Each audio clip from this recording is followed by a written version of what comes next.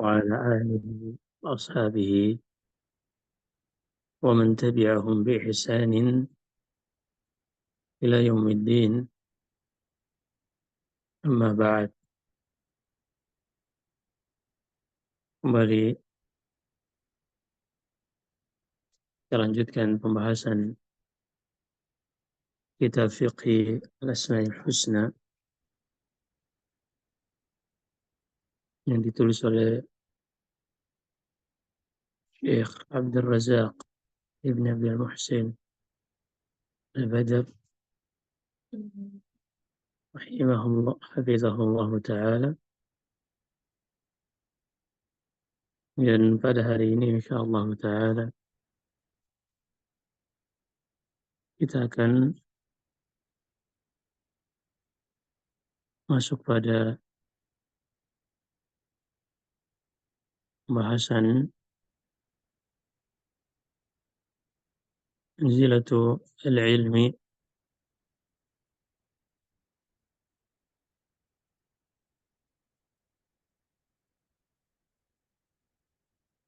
Kita akan masuk untuk melanjutkan pada kedudukan ilmu mengenal Allah Subhanahu wa ta'ala. Setelah sebelumnya kita sudah bahas tentang muqaddimah. Kita akan lanjutkan hari ini dengan bab berikutnya. Untuk memudahkan saya akan share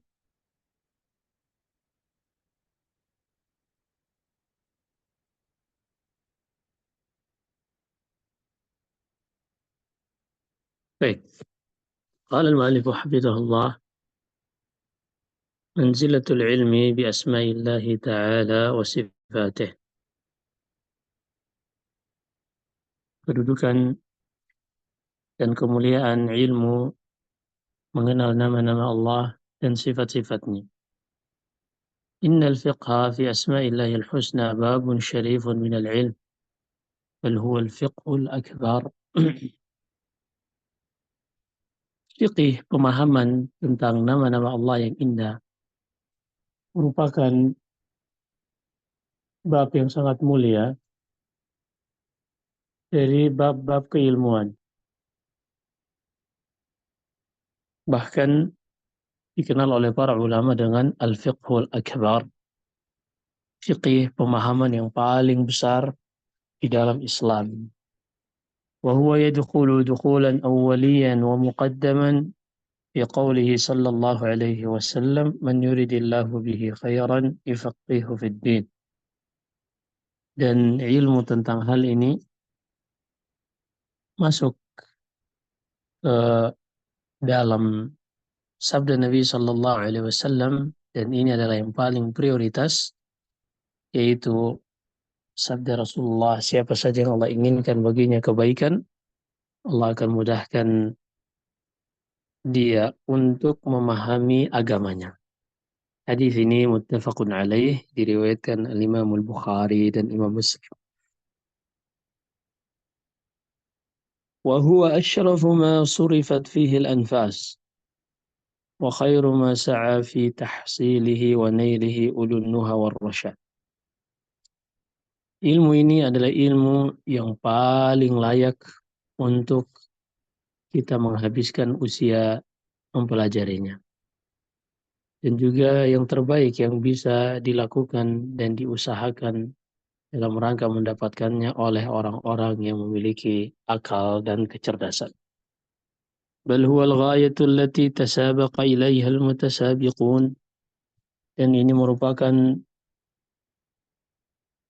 tujuan yang orang-orang yang berlomba-lomba senantiasa saling berlomba-lomba untuk mendapatkannya. An-nihayatul lati tanafasa fiha al-mutanafisun. Dan ini adalah akhir dari segalanya yang sangat layak untuk kita berkompetisi untuk bisa sampai ke akhir tersebut. Wa huwa imadu sayri ila Allah. Dan ini adalah tiang untuk seorang bisa berjalan kepada Allah, wal madkhalul qawimu linaili mahabbihi wa ridahu was siratil mustaqim. Dan pengetahuan tentang nama-nama Allah ini adalah pintu yang paling lurus untuk mendapatkan kecintaan dan ridha Allah Subhanahu wa taala. Demikian pula jalan yang paling lurus untuk bisa mendapatkan atau mengantarkan kepada segala yang dicintai dan diistimewakan oleh Allah Subhanahu wa taala. Kama anna likulli bina'in asasan fa inna asasa bina'id dinil al-imanu. Sebagaimana setiap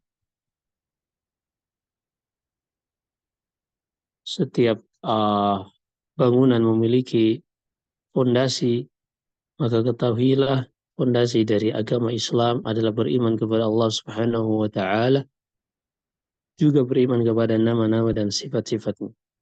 Wa kullama kana hadzal asasu rasikhan amal al-bunyana biquwwatin wa thabat wa salima min at-tada'i was-suqut. Ketika fondasi ini kuat, maka ia akan sanggup untuk menopang bangunan dengan kekar dan kokoh dan bisa selamat dari kegoyangan dan juga selamat dari keambrukan.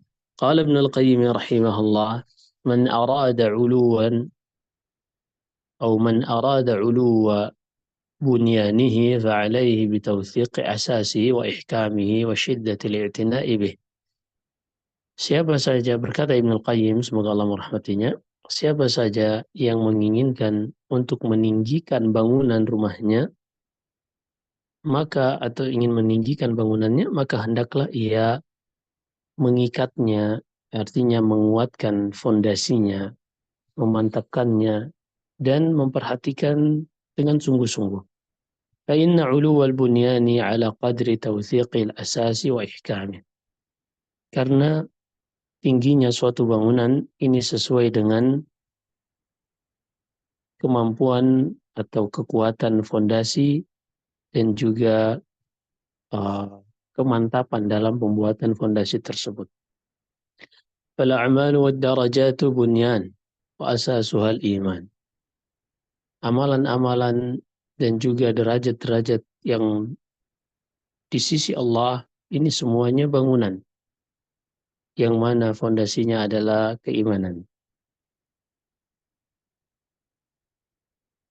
ومتى كان الأساس وثيقا حمل البنيان واعتلى عليه. Ketika fondasi ini kuat, ia akan sanggup untuk menahan bangunan dan tinggi. Dan bangunan ini bisa tinggi di atas fondasi tersebut. وإذا تهدم شيء من البنيان سهل تداركه. Kalau seandainya ada yang rusak dari bangunannya, masih bisa direnovasi. وإذا كان الأساس غير وثيق لم يرتفع البنيان ولم يثبت.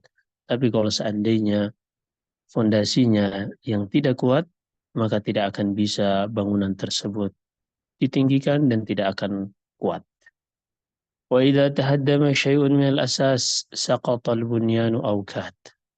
Dan jika yang rusak adalah fondasinya, maka bangunan tersebut akan jatuh atau hampir jatuh. Al-'arifu himmatuhu tashihul asasi wa ihkamuh. Maka seorang yang diberi taufik oleh Allah, segala perhatiannya adalah membenarkan fondasi dan juga menguatkannya. Wal jahilu yarfa'u fil bina'i an ghairi asas. Adapun seorang yang jahil, dia akan meninggikan bangunan tanpa memperhatikan fondasinya. Fala yalbathu bunyanu an yasqut. Maka tidak akan lama bangunan orang jahil tersebut akan ambruk dan jatuh. Qala ta'ala afaman assassa bunyanahu ala taqwa minallahi wa ridwanin khairun amman assasa bunyanahu ala shafa jurufin harin fanhara bihi fi nari jahannam. Allah berfirman,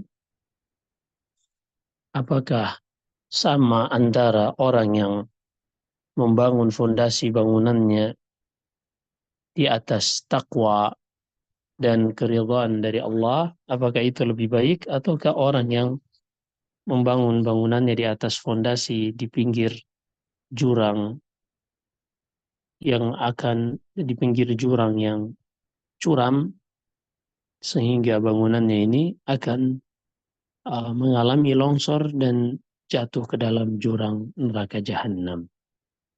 Fal asasu li bina'il a'mal kal quwwati li badanil insan. Maka fondasi bangunan dari segala amalan ini bagaikan kekuatan yang dimiliki badan manusia. فإذا كانت القوة قوية حملت البدن ودفعت كثيرا من الآفات. Kalau seandainya badan ini kuat, ia akan sanggup untuk memikul beban berat badannya, dan kekuatan badan ini, antibodi yang ada di dalamnya juga akan melawan berbagai macam radikal-radikal bebas. Wa idza kanatil quwwatu dha'ifah dha'ufa hamluha lil badan. Tapi kalau seandainya badan ini lemah, kalau seandainya kekuatan badan ini lemah, maka ia pun tidak akan sanggup untuk memikul berat badannya. Wa kanatil afatu ilaihi asra'u au asra'a syai'in. Dan akan lebih gampang sakit dikarenakan ketidaksanggupan badan atau ketidaksanggupan kekuatan badannya untuk melawan berbagai macam virus dan radikal bebas. Ahmil bunyanaka ala quwwati asasil iman فإذا فإذا تشعث تشعث شيء من أعالي البناء وسطحه كان تداركه أسهل عليك من خراب الأساس. Maka bangunlah bangunanmu ini di atas fondasi yang kuat berupa keimanan. Artinya bangunlah segala amalanmu, keimananmu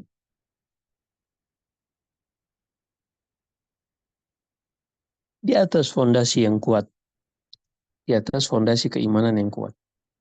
فَإِذَا تَشَعَّثَ شَيْءٌ, jika kalau memang ada yang rontok dari atas bangunannya, maka akan mudah untuk engkau memperbaiki bangunan tersebut dibanding kalau yang rusak adalah fondasinya. وَهَذَا الْأَسَاسُ أَمْرَانِ صِحَّةُ الْمَعْرِفَةِ بِاللَّهِ وَأَمْرِهِ وَأَسْمَائِهِ وَصِفَاتِهِ وَالثَّانِي تَجْرِيدُ الْإِنْقِيَادِ لَهُ وَلِرَسُولِهِ دُونَ مَا سِوَاهُ. Dan fondasi bangunan ini ada dua, yaitu bangunan amalan ada dua. Yang pertama, sihhatul ma'rifah billah, mengenal Allah dengan benar. Demikian pula mengetahui perintah-perintahnya, mengenal nama-nama dan sifat-sifatnya. Adapun yang kedua adalah tunduk dan mengikuti segala yang disyariatkan oleh Allah dan juga Rasulullah sallallahu alaihi wasallam dan bukan selainnya.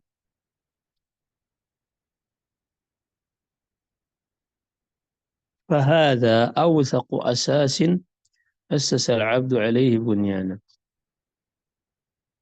Dan inilah fondasi yang paling kuat seorang hamba membangun bangunan di atasnya. وَبِحَسَبِهِ يَعْتَلِي الْبِنَاءُ مَا شَاءَ. Dan dengan fondasi ini bangunan apapun bisa akan berdiri kuat ولذا كثرت الدلائل في القرآن الكريم المرسخة لهذا الأساس والمثبتة لهذا الأصل.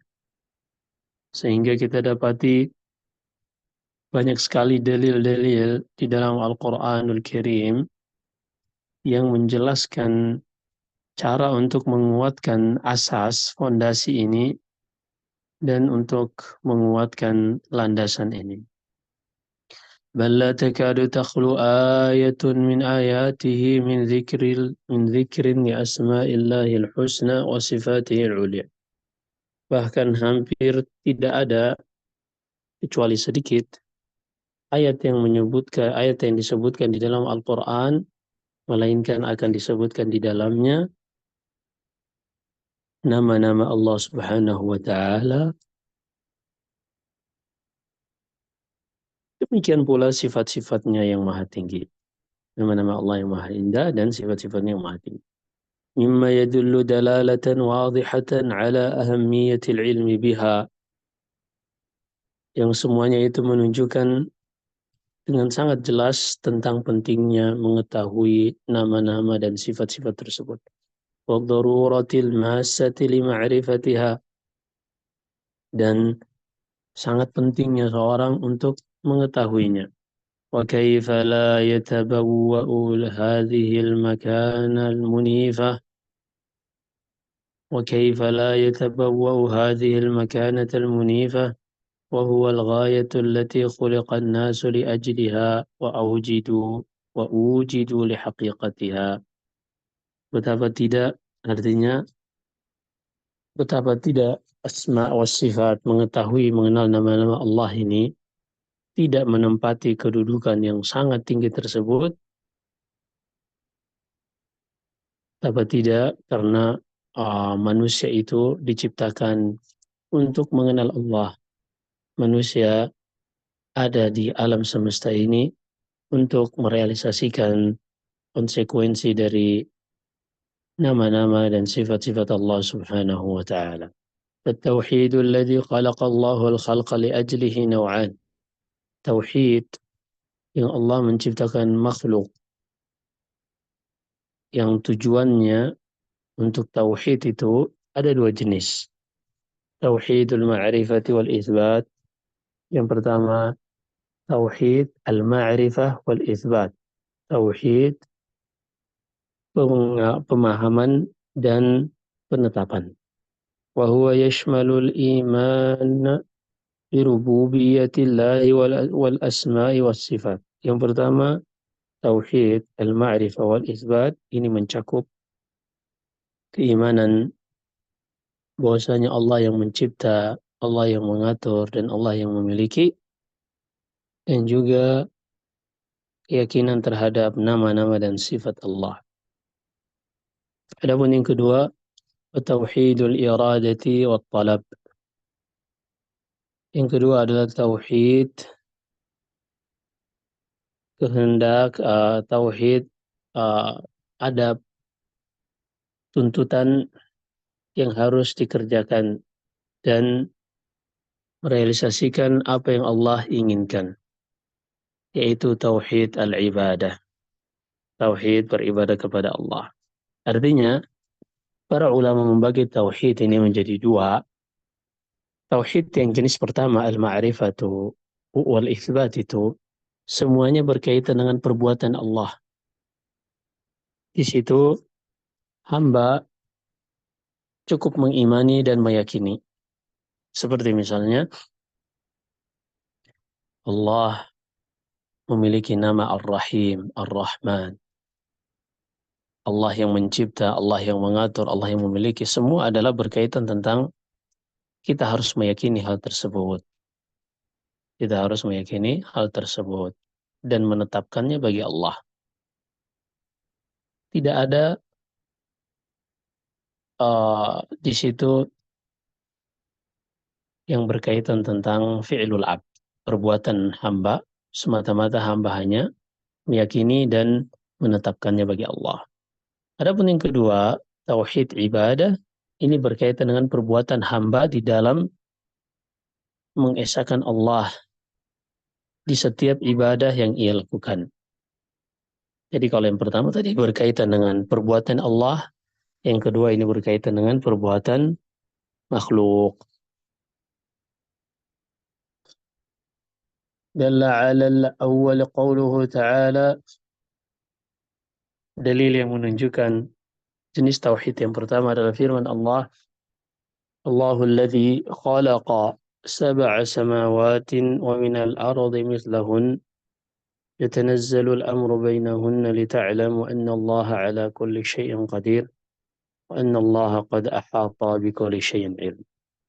Dalil yang menunjukkan jenis tauhid yang pertama adalah firman Allah, ialah Allah yang telah menciptakan 7 lapis langit dan bumi semisalnya. Perkara antara langit dan bumi ini turun silih berganti. Semuanya itu Allah lakukan agar kalian mengetahui dan menetapkan bahwasanya dialah Allah yang maha mampu atas segala sesuatu, dan dialah Allah yang ilmunya telah meliputi segala sesuatu. Surat At-Talaq. Wadalla ala tsani qawluhu ta'ala. Adapun jenis tauhid yang kedua, dalilnya adalah firman Allah, وَمَا خَلَقْتُ الْجِنَّ وَالْإِنسَ إِلَّا لِيَعْبُدُونَ. Tidaklah aku ciptakan jin dan manusia melainkan hanya untuk beribadah kepadaku, kata Allah. Fil awwali khalaqa lita'lamu. Pada ayat yang pertama, ia mencipta supaya kalian mengetahui. Adapun yang kedua, khalaqa lita'budu. Yang kedua, ia mencipta kalian supaya kalian beribadah kepadanya. At-tauhidu ilmun wa amal. Maka tauhid ini mencakup 2 hal, ilmu pengenalan terhadap Allah, dan amal, yaitu kita melakukan amalan hanya untuk Allah. وجاء في القرآن آيات كثيرة فيها الأمر بتعلم هذا العلم الشريف والعناية العناية بهذا الأصل العظيم. Dan disebutkan di dalam Al-Quran ayat yang sangat banyak yang di dalamnya terdapat perintah untuk mempelajari ilmu yang sangat mulia ini dan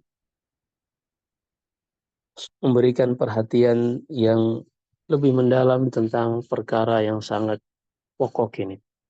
Qala Allah Ta'ala fa'lamu anna Allah azizun hakim. Seperti pada firman Allah, ilmuilah, pelajarilah dan ketahuilah bahwasanya dialah Allah yang maha perkasa lagi maha penuh hikmah. Wa qala wa'lamu anna Allah bikulli syai'in alim. Dan juga Allah berfirman, ketahuilah bahwasanya dialah Allah yang maha mengetahui segala sesuatu. Wa qala wa'lamu anna Allah bima ta'maluna basir. Dan Allah berfirman, ketahuilah bahwasanya Allah maha mengetahui segala apa yang kalian perbuat. Wa qala wa'lamu anna Allah ghafurun halim.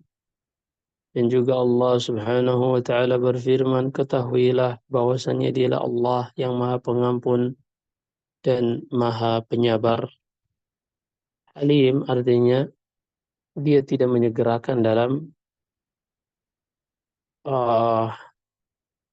melepaskan apa yang ia berhak untuk melakukannya ketika marah, itu halim. Artinya ketika hamba melakukan maksiat, Allah tidak terburu-buru langsung mengadab hamba tersebut, tapi Allah berikan kesempatan. Itu salah satu makna halim. Wa qala wa'lamu anna Allah sami'un alim. Dan juga Allah berfirman, ketahuilah bahwasanya dialah Allah yang maha mendengar lagi maha mengetahui. Wa qala wa'lamu anna Allah ghaniyyun hamid. Dan juga Allah berfirman, ketahuilah bahwasanya dialah yang maha kaya lagi maha terpuji. Wa qala a'lamu anna Allah syadidul iqabi wa anna Allah ghafurur rahim. Dan Allah berfirman, ketahuilah bahwasanya dia yang maha pedih azabnya dan dialah Allah yang maha pengampun lagi maha penyayang. Wa qala fa'lamu anna Allah maulakum ni'mal maula wa ni'man nasir. Dan juga Allah berfirman, ketahuilah dialah pelindung kalian dan dialah sebaik-baik pelindung dan sebaik-baik penolong. Wa qala wa'lamu anna Allah ma'al muttaqin. Dan juga Allah berfirman dan ketahuilah bahwasanya Allah senantiasa bersama orang-orang yang bertakwa. Wa qala wa'lamu anna Allah ya'lamu ma fi anfusikum fahdharuh. Dan juga Allah berfirman dan ketahuilah bahwasanya dialah Allah yang mengetahui apa yang ada di dalam diri kalian, maka berhati-hatilah darinya. Wa qala fa'alam annahu la ilaha illallah.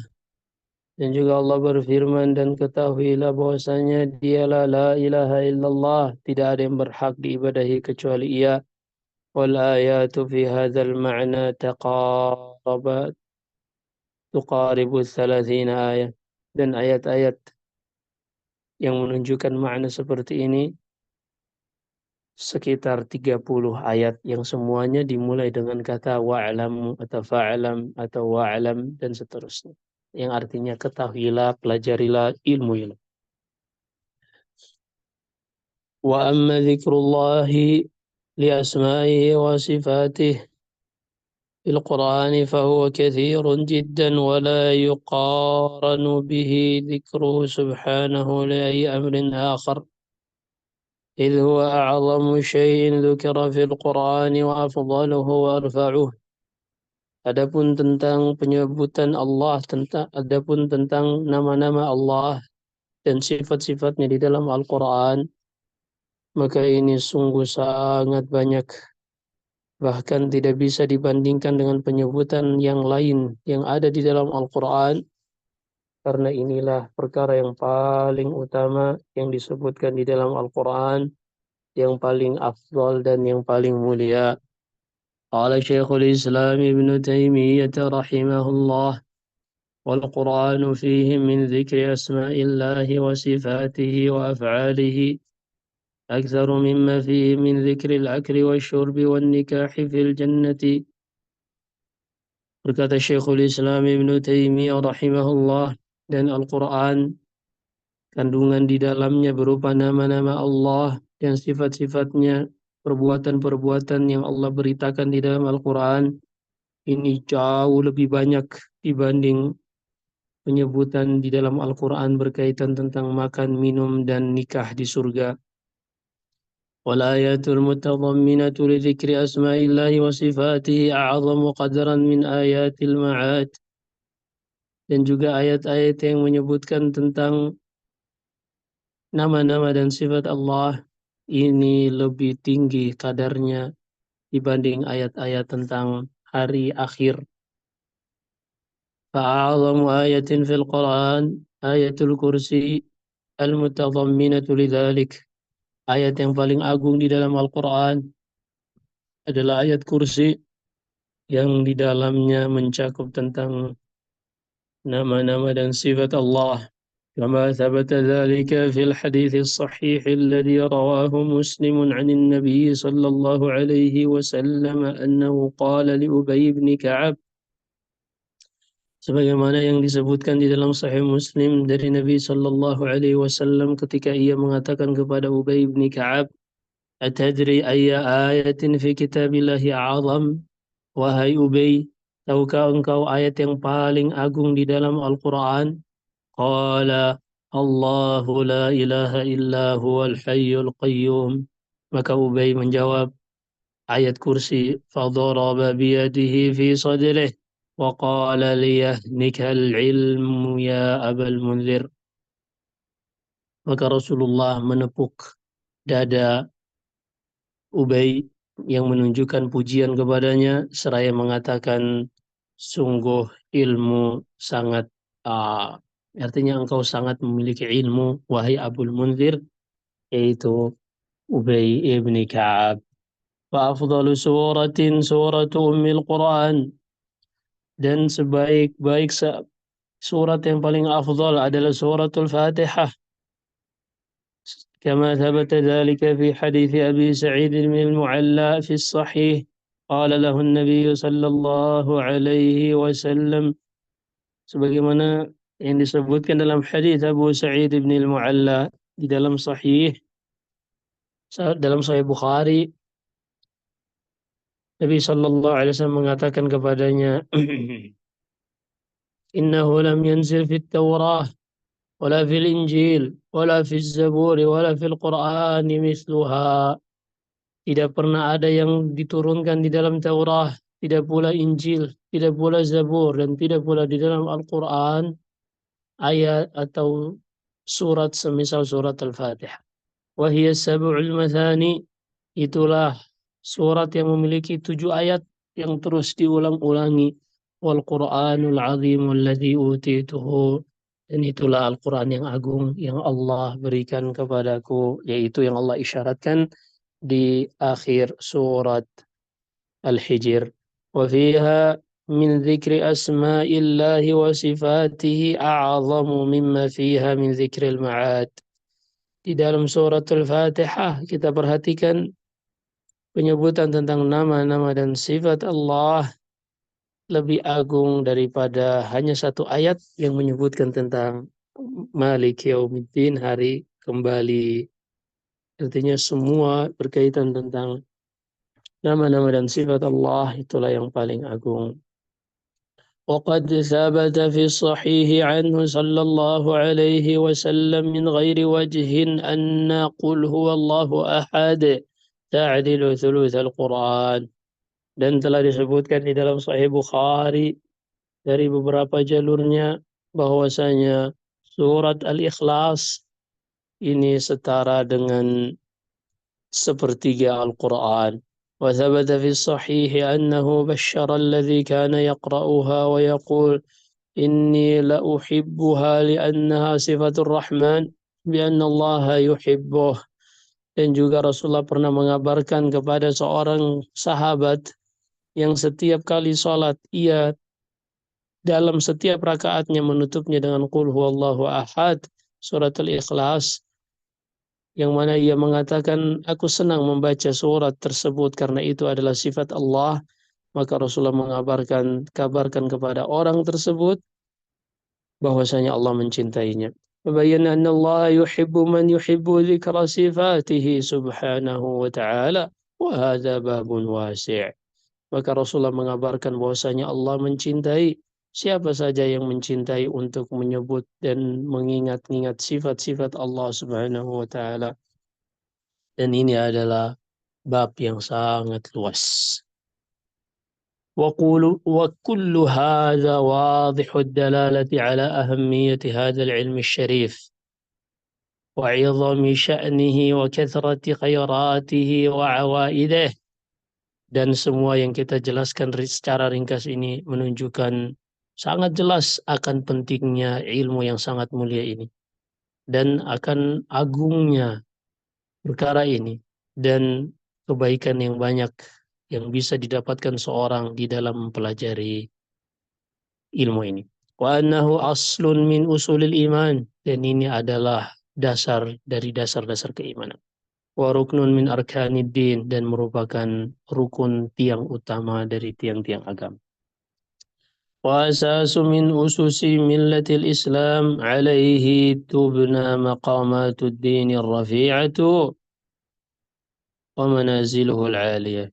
Dan inilah asas dari dasar fondasi dari fondasi-fondasi agama Islam yang di atasnya dibangun kedudukan dan derajat-derajat yang tinggi di dalam agama ini. Demikian pula kedudukan-kedudukan di sisi Allah yang tinggi. Wa kaifa yastaqimu amrul bashariyati wa tasluhu halun nasi biduni ma'rifatihim bifatirihim wa bari'ihim wa khaliqihim wa raziqihim. Maka bagaimana mungkin manusia bisa mencapai keadaan yang baik, yang paling ideal, sementara mereka tidak mengenal tentang pencipta mereka yang telah mengadakan mereka dari tidak ada, yang telah memberikan rezeki untuk mereka. Waduna ma'rifatihim bi asma'il husna wa sifatihil ulia. Bagaimana mungkin mereka bisa mendapatkan kebaikan di dalam hidup mereka sementara mereka tidak mengetahui nama-namanya dan juga sifat-sifatnya. ونعوته الكاملة الدالة على كماله وجلاله وعظمته, dan juga sifat-sifatnya yang sempurna yang menunjukkan akan kesempurnaan Allah, keagungan dan kemuliaannya. Wa annahu al-ma'budu bihaqqin la ma'budu bihaqqin siwah, bahwasanya dia Allah yang berhak untuk diibadahi dan tidak ada yang diibadahi dengan hak selainnya. Walakin aktsaran nasi syaghalahum ma khuliqa lahum amma khuliqu lah. Hanya saja sangat disayangkan manusia telah tersibukkan pada fasilitas-fasilitas yang Allah ciptakan untuk mereka, menyibukkan mereka dari tujuan utama mereka diciptakan. Waqad hadarallahu ibadahu min dzalika biqaulih. Allah Subhanahu wa taala telah mengingatkan kepada mereka akan hal tersebut sebagaimana dalam firman-Nya, ya ayyuhalladzina amanu la tulhikum amwalukum wala auladukum an dzikrillah wa may yaf'al dzalika fa ulaika humul khasirun wallahu almusta'anu wal muwaffiqu likulli khair. Allah mengingatkan manusia untuk tidak tersibukkan dengan fasilitas dunia dari tujuan mereka diciptakan. Wahai orang-orang beriman, janganlah harta dan keturunan kalian melalaikan kalian dari berzikir mengingat Allah Subhanahu wa taala. Siapa saja yang melakukan hal tersebut dilalaikan oleh harta dan keturunannya, maka dia telah menjadi bagian orang-orang yang merugi. Maka hanya kepada Allah kita memohon pertolongan. Dialah yang senantiasa memberikan taufik kepada kebaikan. Baik, ini yang bisa kita sampaikan.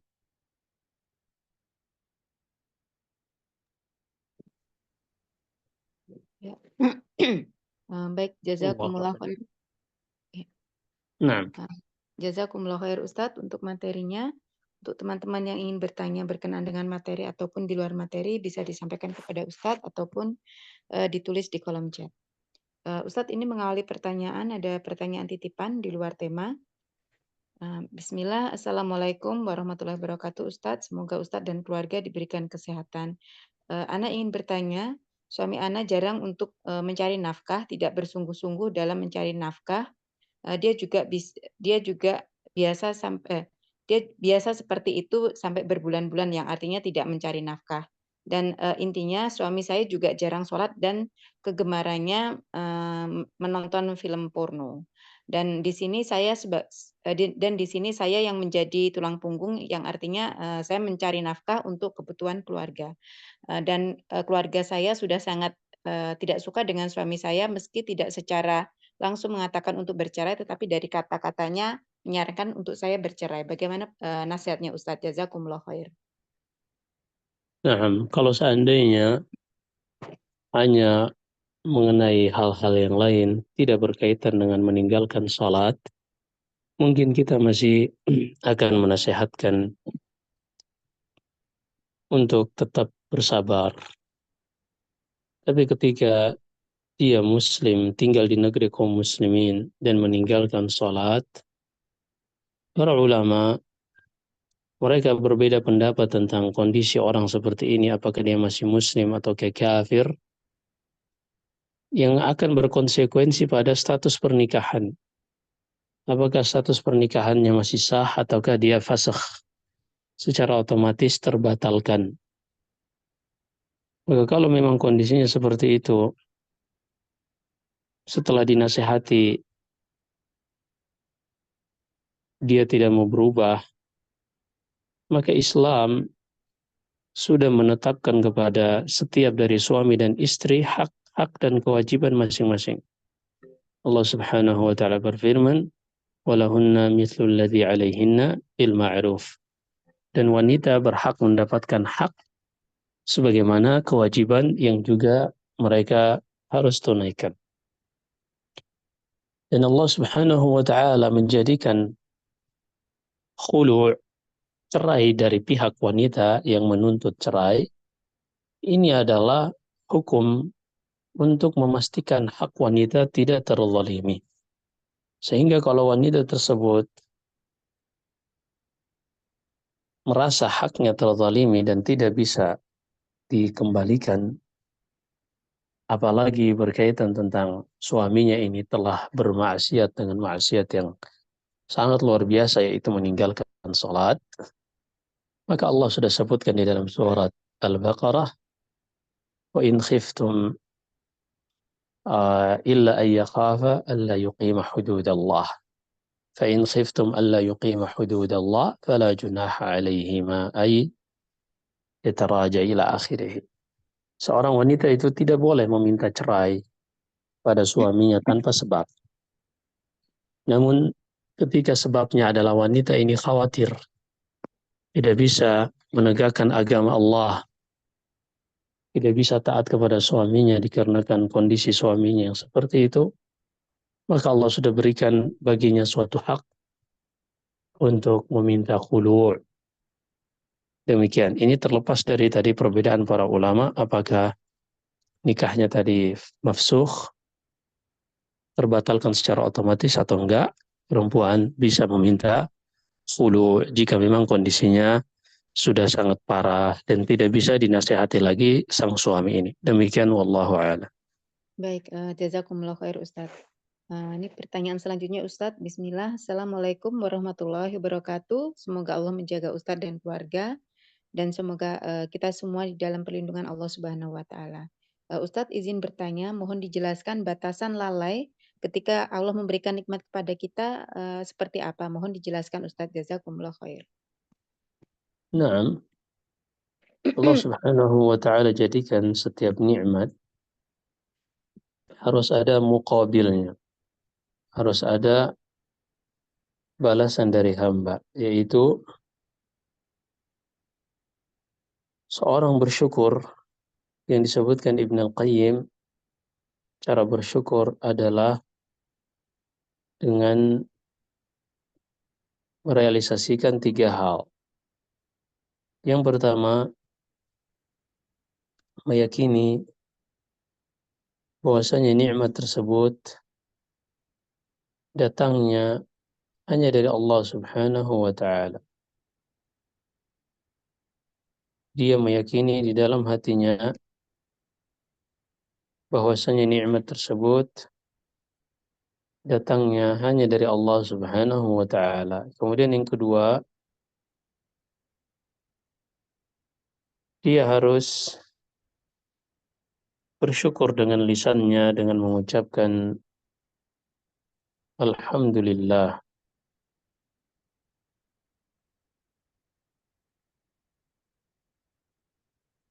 dengan mengucapkan alhamdulillah. Kemudian setelah dengan lisannya ini ia menggunakan nikmat tersebut di dalam ketaatan kepada Allah Subhanahu wa taala. Maka jika dia telah melakukan 3 hal ini, dia telah memenuhi kadar minimal di dalam bersyukur atas nikmat yang diberikan dan tidak tergolong orang-orang yang lalai. Demikian, wallahu a'lam. Baik, jazakumullah khair Ustadz. Pertanyaan selanjutnya.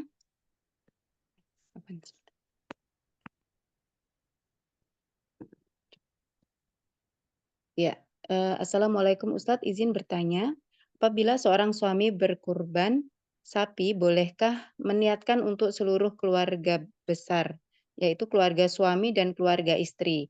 Kita sebut namanya semua atas nama kurban tersebut atau hanya untuk keluarga inti suami atau hanya untuk keluarga inti suami tersebut, anak dan istrinya saja. Jazakumullah khair. Nah, yang disebutkan oleh para ulama yang ia nafkahi, yang dinafkahi oleh orang tersebut. Tapi kalau seandainya dia meniatkan bahwasanya semuanya untuk bisa mencakup seluruh keluarganya, maka rahmat Allah sangat luas.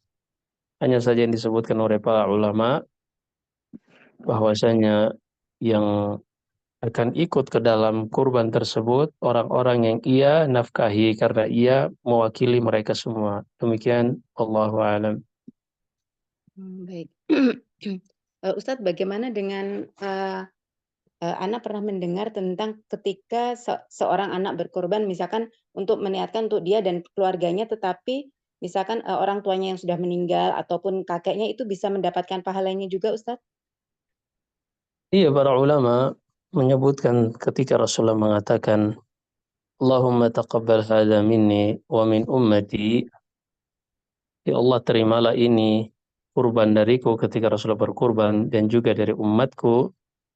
Para ulama mengatakan ini mencakup seluruh umat Rasulullah yang sudah meninggal maupun yang belum lahir. Iya, semuanya masuk. Hanya saja, apakah hal tersebut khusus pada Rasulullah saja atau ke yang lain? Itu yang disebutkan para ulama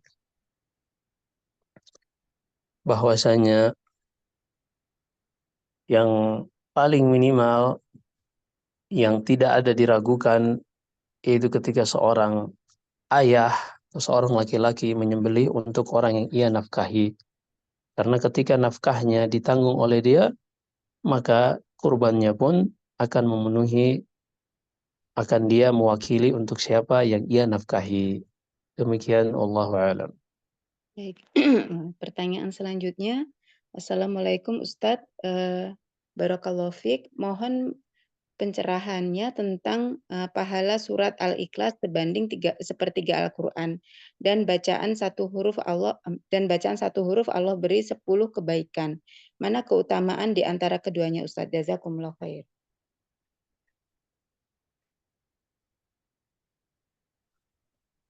Nggak paham maksudnya. Ya, jadi gini, ada pahala umum dari membaca Al-Quran. Iqra'ul Quran fa inna lakum bikulli harfin hasanah wa hasanatu bi asyri amsalihah.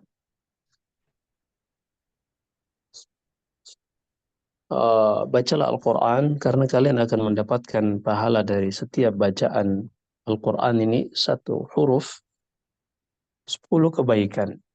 Satu huruf akan mendapatkan 10 kebaikan. Kata Rasul, aku tidak mengatakan alif lam mim itu satu huruf, tapi alif satu sehingga lam dan mim juga masing-masing satu sehingga kalau dijumlahkan 30 kebaikan. 30 kebaikan. Ini secara umum seluruh surat yang ada di dalam Al-Quran dari Al-Fatihah sampai An-Nas. Dan masing-masing dari surat yang lain terkadang ada keutamaan-keutamaannya yang tidak ada pada surat yang lain. Sebagaimana Allah Subhanahu wa taala jadikan sebagian hari lebih baik daripada sebagian yang lain, sebagian bulan lebih baik daripada sebagian yang lain, demikian pula sebagian manusia lebih baik dari sebagian yang lain, para nabi lebih baik dari manusia yang lain dan seterusnya. Sehingga ah sepertiga kebaikan, keutamaan surat Al-Ikhlas adalah keutamaan yang Allah berikan untuk orang yang baca surat Al-Ikhlas. Sehingga pahalanya sepertiga Al-Quran. Pahalanya sepertiga Al-Quran dan juga tidak menafikan dari setiap huruf yang ia baca, ia akan mendapatkan 10 kebaikan. Demikian Allah. Baik, jazakumullah khair Ustadz. Ustadz, Ana izin bertanya Ustadz, berkenaan dengan kalau untuk wanita untuk memakai baju yang syari itu kan tidak membentuk badan salah satunya, jadi harus yang lebar gitu Ustadz. Dan sekarang lagi model saat ini alhamdulillah jadi seperti baju apa ya bilangnya, baju kelelawar bilangnya, tapi jadi dia modelnya yang lebar gitu Ustadz. Dan kalau misalnya kita memakai baju yang lebar dan dia tebal, kalau seperti itu apakah tetap disyaratkan kita memakai memakai jilbab yang panjang? Kalau misalkan jilbabnya itu di bawah dada saja, apakah itu sudah masuk ke dalam pakaian syari, Ustadz?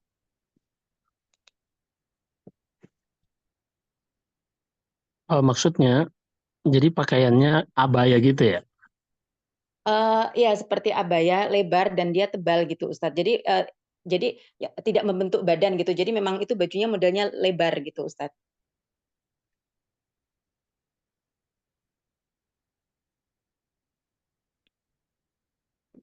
Nah, ah,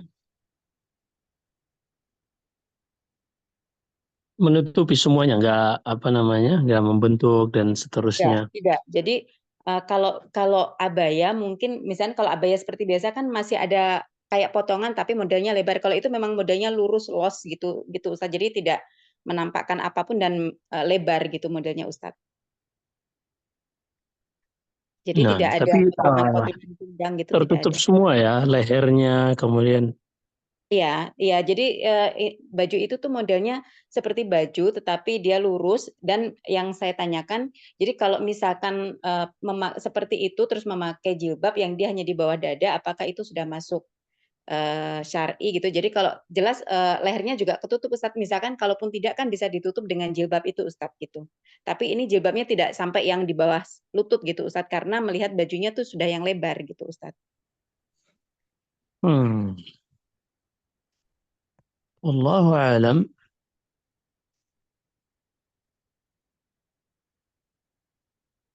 Fa'ala kulli hal, Allah Subhanahu wa taala ketika menyebutkan di dalam surat An-Nur, wal yadribna bi khumurihinna ala jiyubihin, maka hendaklah para wanita menjulurkan jilbab mereka hingga menutupi juyub dada-dada mereka.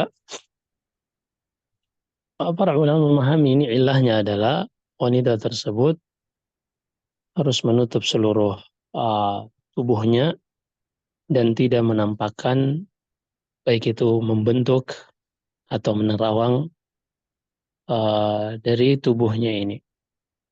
Maka kalau seandainya pakaian yang disebutkan tadi dari tubuhnya tertutup yang diperintahkan oleh Al-Quran dan tidak menimbulkan fitnah, maka tidak mengapa insya Allah.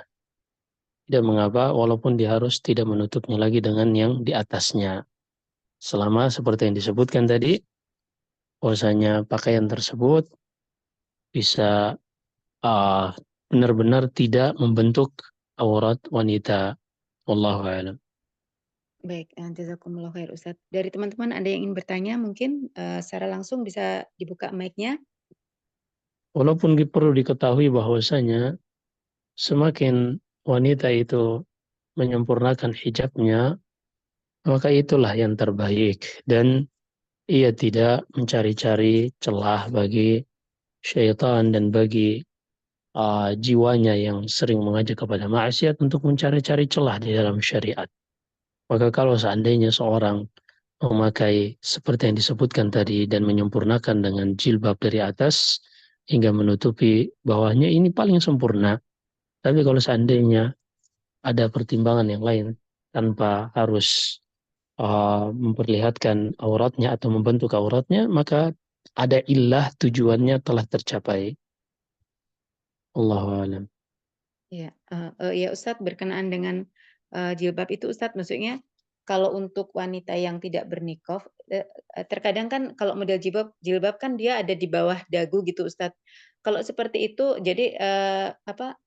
Kalau yang eh, kalau syarat untuk menutup aurat kan yang dibolehkan kan hanya muka dan telapak tangan. Sedangkan kalau jilbab yang biasa yang Ana lihat itu kan dia biasanya sampai di bawah dagu sedikit gitu Ustadz. Kalau seperti itu apakah itu sholatnya sah Ustadz? Karena terkadang memang dia agak di bawah dagu gitu Ustadz. Wah ini saya nggak kebayang soalnya saya nggak pernah lihat sih. Iya. Apa ya? Iya. Ya ya.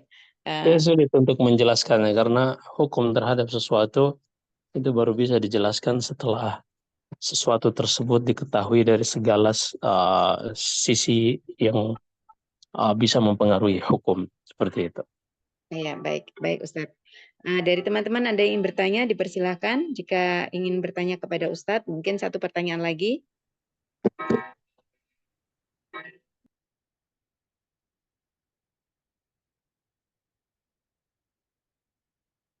Iya. Nampaknya tidak ada pertanyaan, Ustadz. Jika Ustadz berkenan, silakan ditutup Ustadz kajiannya. Baik, alhamdulillah hari ini kita selesai dari ta'lim pekanan kita. Untuk pekan depan sepertinya Iya, Ustadz hari libur. tasyrik. Iya, kita libur karena Ya, hari tasyrik. Insyaallah kita berjumpa lagi pada pekan-pekan setelahnya. Semoga semuanya tetap istiqamah, semangat belajar insyaallah. Allahu a'lam. Jika ada benar yang semata-mata dari Allah Subhanahu wa taala, jika ada kesalahan dan kekeliruan dari saya, astagfirullah li wa lakum. Sallallahu alaihi wa barik ala nabiyyina Muhammad. Subhanakallahumma wa bihamdik. Asyhadu an la ilaha illa anta astaghfiruka wa atubu ilaik. Assalamualaikum warahmatullahi wabarakatuh.